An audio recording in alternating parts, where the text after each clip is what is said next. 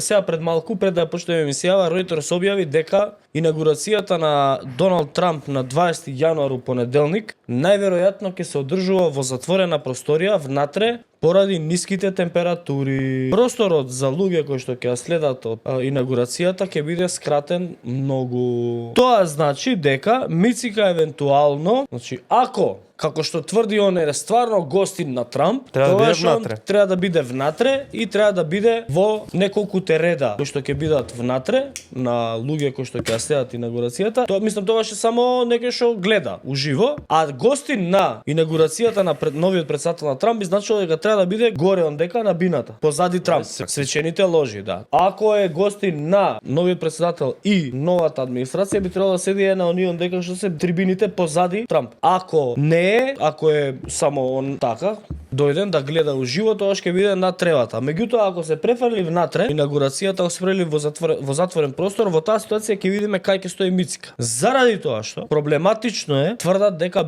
имал покана од Доналд Трамп. Владата вика имале покана од Доналд Трамп.